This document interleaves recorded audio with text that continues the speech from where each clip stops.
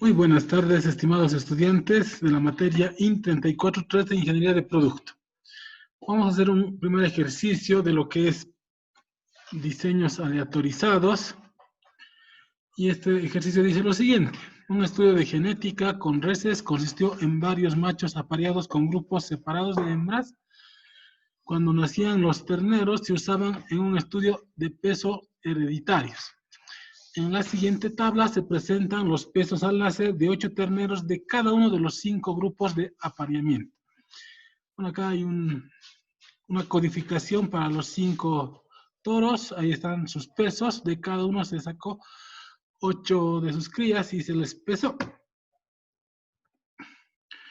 Lo que vamos a hacer en estos experimentos van a hacer un análisis de la varianza. ¿Ya? Un análisis de la varianza. Tenemos que confeccionar la siguiente tabla nova. Vamos a tener los tratamientos, que en este caso son los toritos. Tenemos el error y el total. Vamos a tener sus grados de libertad, sus cuadrados medios y calcular el F de Snedeker, ¿no? Para poder determinar si aceptamos o no aceptamos la hipótesis. Entonces, todo experimento siempre tiene que partir por una hipótesis, H sub 0. H sub 0 siempre parte de la premisa de que no hay variabilidad en los tratamientos, ¿no? Entonces, en nuestro caso sería, no existe variabilidad entre los pesos de las crías de los toros al nacer. Es decir, sus varianzas son iguales. Y en lenguaje no matemático diríamos que el tipo de toro no influye en el peso de sus crías al nacer. La hipótesis alterna, H sub 1, es lo contrario. Si decimos no existe variabilidad, en la hipótesis alterna diríamos existe variabilidad entre los pesos de las crías de los toros al nacer. Y en lenguaje no matemático, el tipo de toro influye en el peso de las crías al nacer. Bueno, en este caso tenemos 5 toros, entonces nuestros tratamientos K va a ser 5. De cada uno se está tomando una muestra de 8, n igual a 8, teniendo un total de datos de 5 por 8, 40 datos, ¿ya? Podemos proceder a la transcripción. Hemos transcrito de los 5 toros los pesos de sus crías al nacer, ¿ya? Ahora, para poder calcular la suma de cuadrados, tendríamos que hallar la sumatoria. Vamos a hallar la sumatoria de cada uno de los datos de cada uno de los toros, ¿no? Entonces sumamos para toro 1, toro 2, toro 3, toro 4, toro 5. Asimismo necesitamos la suma total. Entonces vamos a sumar además la suma de todos los datos. Entonces este 3302 es la suma de todos los datos del experimento, ¿ya? Del experimento. Ahora, necesitamos hallar la suma de cuadrados total, y para lo cual tenemos que elevar al cuadrado cada uno de los datos, además de sumar el cuadrado de cada una de las sumas. Entonces, si sumamos cada una de las sumas, eso sería, ¿no? 669 al cuadrado me va a dar 447.561.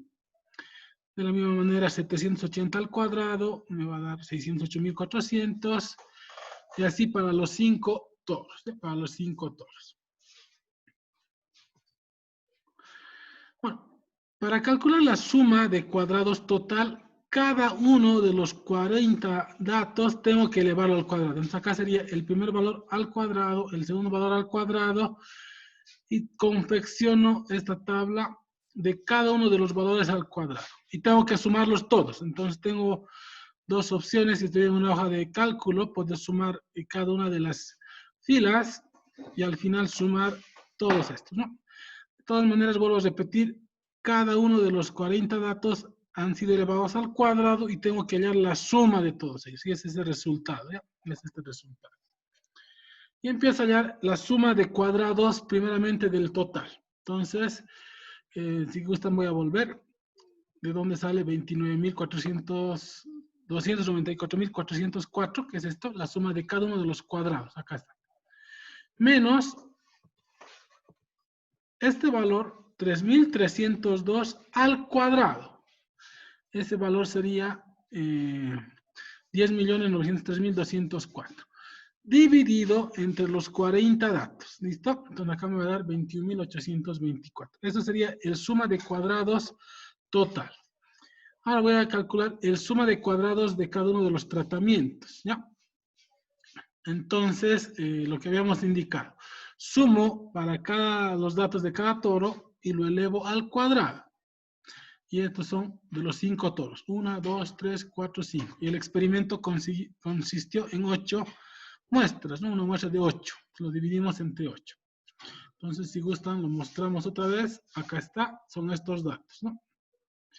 Este valor de la suma al cuadrado, el valor de la suma al cuadrado, y todos esos dividido entre 8.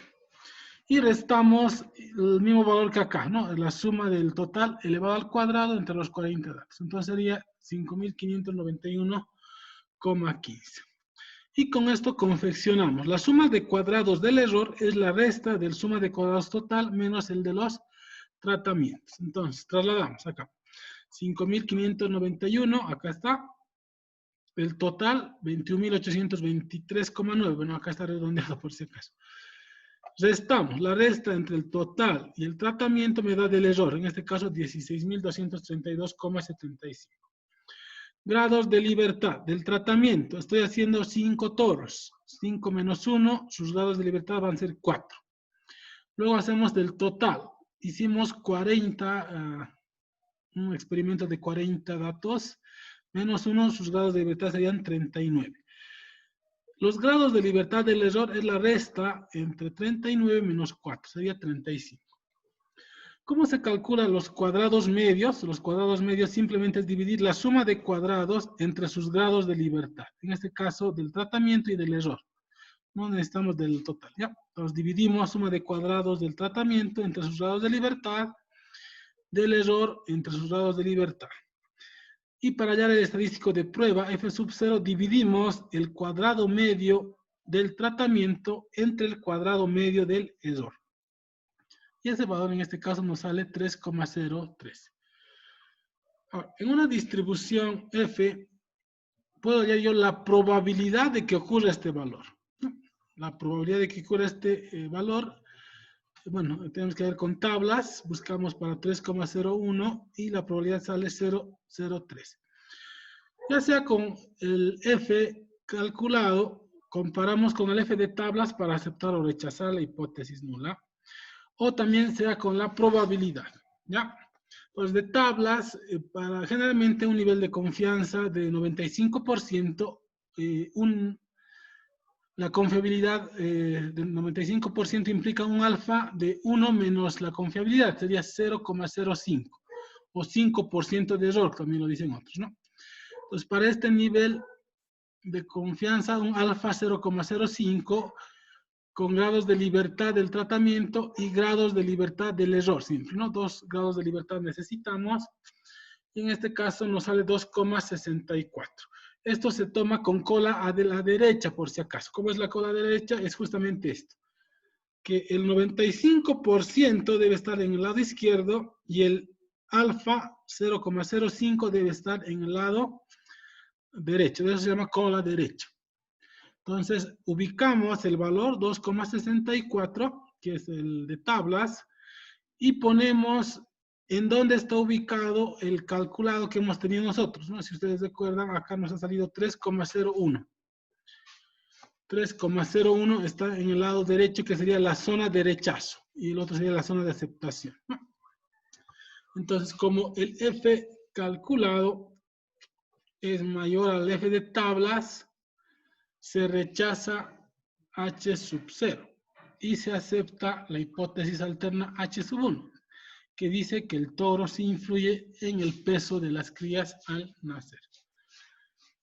La otra opción es que si la probabilidad es mayor a 0,05, también se acepta o se rechaza. En este caso, este 0,03 es menor a 0,05, por tanto se rechaza también la hipótesis nula, ¿no?